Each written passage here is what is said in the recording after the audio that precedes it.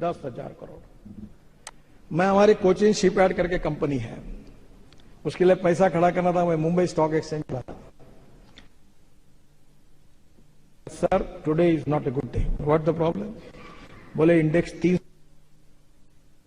फिर क्या होगा? बोले आज अपना बॉन्ड कोई लेगा नहीं, आज नहीं जाएंगे, कैंसिल कर। बोले ऐसा नहीं है, एक बार जो हुआ सो हुआ, जाना है अपने को। मैं गया पर मैं डर गया था।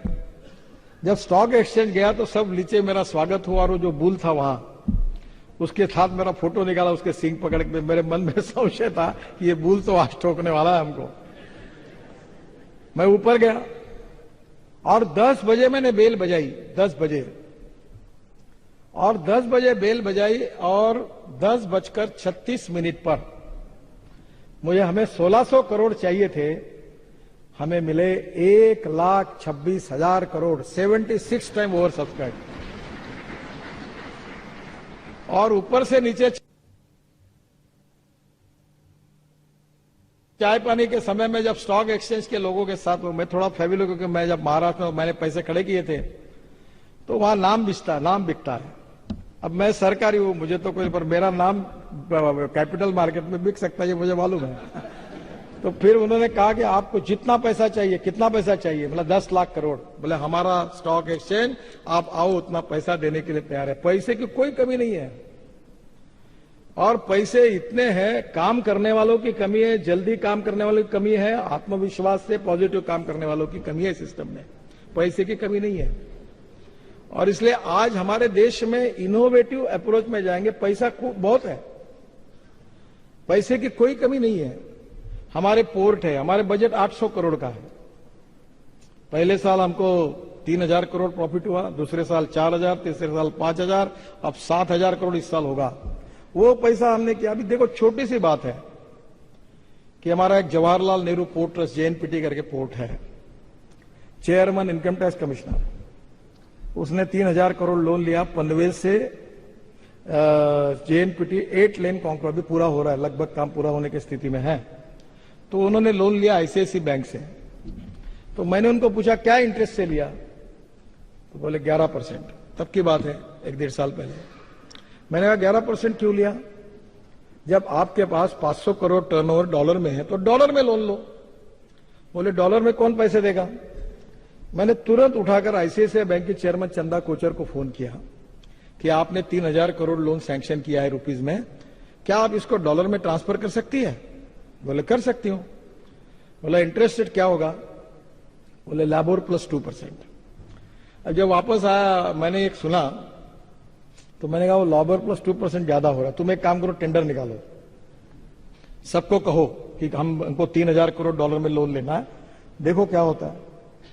जब हमने टेंडर निकाला तो स्टेट बैंक कैपिटल और डीबीएस बैंक सिंगापुर का टेंडर आया, 2% ब्याज से 3,000 करोड़ मिले, 2% ब्याज से।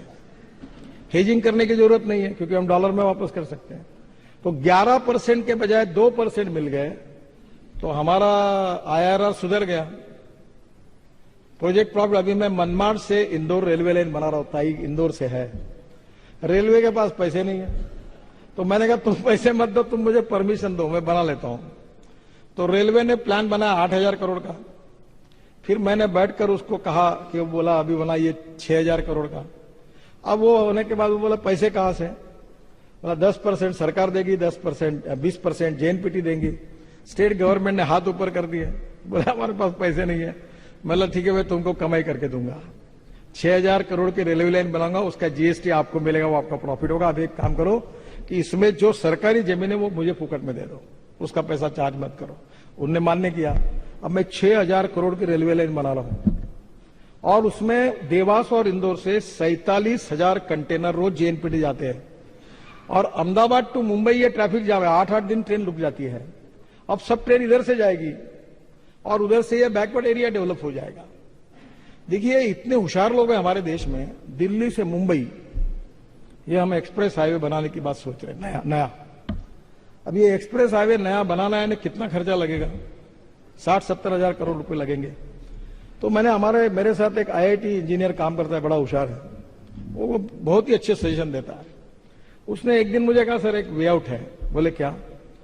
बोले दिल्ली से जयपुर तो आप बना रहे हो एक्सप्रेस हाईवे, वो भी हम लोग ऐसे एरिया से जा रहे हो, अनडेवलप एरिया से।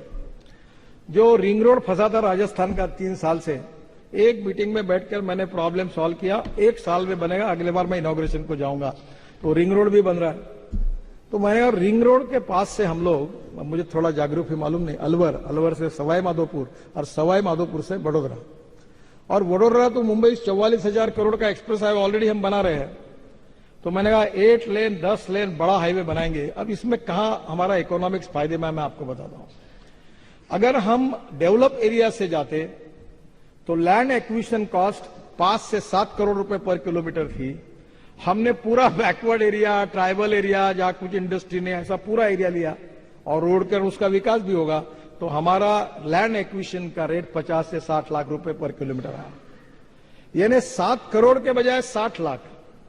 तो लैंड एक्विजिशन कॉस्ट कम हो गई और दिल्ली से मुंबई हम 10 घंटे में ले जाएंगे आपको, 10 घंटे में, और बड़ा रोड बन जाएगा, सस्ता हो जाएगा, वायबल हो जाएगा। इसलिए आज आपके क्षेत्र में इतनी बड़ी बड़ी छोटी छोटी समस्या है, बड़ी बड़ी समस्या है, उसको सुलझाने के लिए आप जब इनोवेटिव तरीके से सोचेंगे और पैसे के मॉडल को तैयार करेंगे ऐसा, तो उसमें प्रॉब्लम सरकार के पास पैसे की कमी है।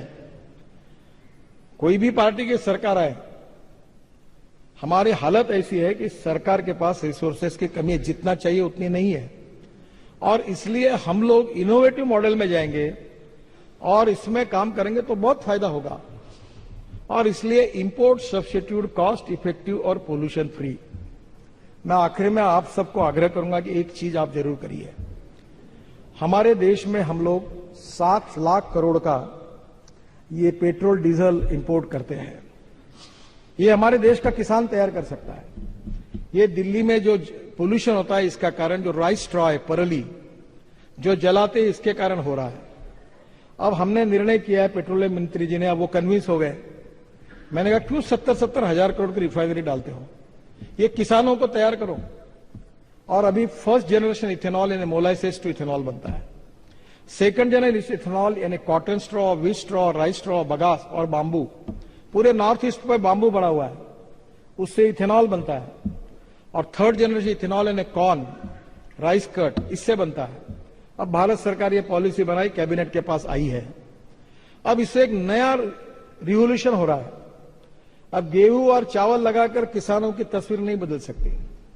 1 टन राइस स्ट्रॉ से, परली से 280 लीटर इथेनॉल तैयार होता है।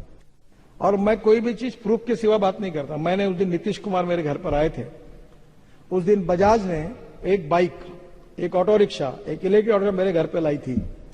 100% बायो इथेनॉल पर बाइक चलती है, ऑटो रिक्शा चलता है। और मेरे शहर में 55 एयर कंडीशन बसेस चलती, ग्रीन बसेस, जो ये किसानों के तैयार की हुई, बांबू से बनेगा, ये राइस स्ट्रॉ से बनेगा। और ये निर्णय भारत सरकार ने किया है। और अमेरिका, ब्राजील और कनाडा में ये है कि एक ही पेट्रोल, यही टोयोटो, होंडा, फोर्ड, बीएमडब्ल्यू, यही गाड़ियां है वहां, उसमें लिखा है फ्लेक्स इंजन। उसमें आप 100% पेट्रोल डालो या 100% इथेनॉल डालो। अब मैं आपको बता रहा हूं, ये पूरा ethanol, bio CNG, bio diesel, methanol, इसी पर एक बार कभी बैठेंगे, मैं आपको बताऊंगा। हमारे देश के गांवों की हालत ही बदल देगा। जो बगास निकलता है उससे भी इथेनॉल बनता है। अब इसके कारण पूरे कम से कम देश में 5 लाख करोड़ की इन्वेस्टमेंट आ सकती है और 50 लाख ग्रामीण क्षेत्र में युवाओं को रोजगार मिल सकता है। करोड़ का भी इंपोर्ट हमने कम किया, तो ये इंपोर्ट कम करके और देश की रूरल और एग्रीकल्चर इकोनॉमी बदल जाएगी। और ये जितनी बातें मैं बता रहा हूं उतनी पूरी सिद्ध हुई। और मैं मंत्री हूं इसके नियम मैंने तैयार किए, सब टेक्निकली, साइंटिफिकली सब ठीक कर दिया है। और आपके यहां ये आपने ऐसे इनिशिएटिव लिए तो आपके क्षेत्र में हजारों युवाओं को काम मिलेगा। अब इंडियन ऑयल और भारत पेट्रोलियम के बजाय हमारे किसानों ने तैयार किए फ्यूल पर, वो भी पोल्यूशन कम करता है। Cost effective, import substitute, pollution free, indigenous. 1 litre petrol की कीमत 80 रुपए, 1 लीटर डीजल की कीमत 60 रुपए और 1 लीटर इथेनॉल की कीमत 42 रुपए। पर कैलोरिक वैल्यू कम है तो इक्विवेलेंट टू आएगी 47 रुपीज। और उतनी ही बिजली पे कार चलाओगे तो कीमत है 10 रुपए। क्यों हम इंपोर्ट कर रहे हैं, क्यों पोल्यूशन बढ़ा रहे हैं, क्यों नहीं हमारे देश में इसको हम तैयार करें। ये उससे भी अच्छा फ्यूल है और अब भारत सरकार में हमने इसको गति दी है। आपके कचरे से, आपके बायोमास से, आप अगर ये काम जोरों में, आपके पास बांस है, अब बांस का कितना उपयोग है। मैंने 3 शर्ट बांस के बनाए हुए प्रधानमंत्री को दिए, 70% बांस, 30% कॉटन। इतने सुंदर शर्ट है कि आपने जितने कपड़े पहने उससे फाइन शर्ट है। जर्सी बनी है, बांस से आचार बनता है। हाँ?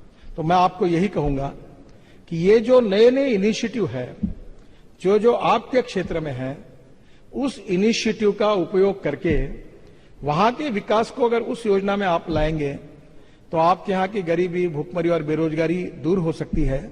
और उसकी लीडरशिप, आपके रीजन की plus and minus, strength and weaknesses क्या है, इसको लेकर आप एक विजन बनाकर ये काम करेंगे तो आपके क्षेत्र की गरीबी, भुखमरी और बेरोजगारी भी दूर होगी। हमारे राज्य भी आगे जाएगा, देश भी आगे जाएगा और आपको अच्छा काम करने का समाधान मिलेगा।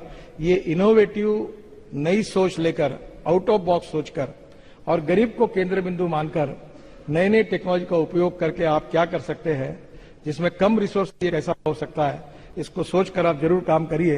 यही आपको सबको मेरी शुभकामना है। नमस्कार।